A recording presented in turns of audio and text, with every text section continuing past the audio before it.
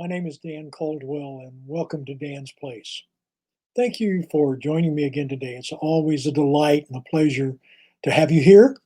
And each day I try to give you just a little bit of insight or some thoughts about certain things. And so today I'd like to talk about humor. I know that's an interesting subject, particularly in the times that we live in. But the word humor is defined as the quality of being amusing or comedic, especially as expressed in literature or a speech. I like this definition, and this is really what I want to talk about today. It's a mood or a state of mind. My favorite book says in Proverbs 17:22 that a merry heart does good like a medicine. So, how important is humor anyway? Well, especially during these times. I even indulged in a self debate whether to even talk about this or not, but I believe it's an important subject, especially for now. Laughter is one of the first things that a newborn baby will exhibit. Try going an entire day without even a small laugh or a grin or a smile and see if you can do that. Yeah, even in these times. I suspect that you can't. Nor, the other side of that, do you want to? People, for the most part, do not and will not avoid pleasure, which is why many of life's decisions are actually made based on the level of pleasure that we feel we will experience. I personally believe that laughter is a great medicine for what may be ailing you, whether it be emotional or psychological, especially during the pandemic. Now, I do not want to be disrespectful, and I do realize people are dying and that this is really not a laughing matter. But it has been good medicine for me, at least this week, to connect and reconnect with friends, and some of them lifetime friends, and reminisce about good times and laugh about some of our shared experiences.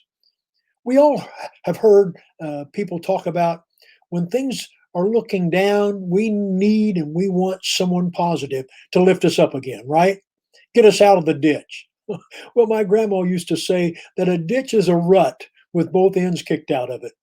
There's no end in sight. It is a proving scientific fact that laughing not only improves our mental state, but it has health benefits as well. It improves our circulation, the lung capacity, and muscle function.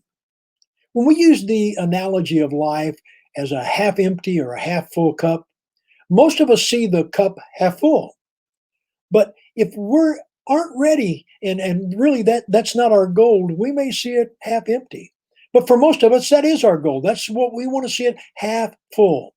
We're positive, and happiness is a part of who we are. It's connected to laughter and, yes, even fun.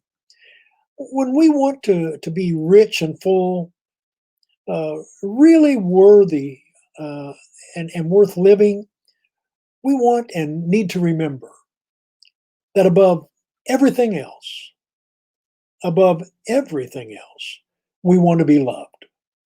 Can we just agree on that? That it is much easier to love a happy, funny person than it is a sad, miserable person. Yes, we still love them too. And I'm just saying, it doesn't seem like work. When they're happy, happiness, laughter, humor will make any relationship much easier.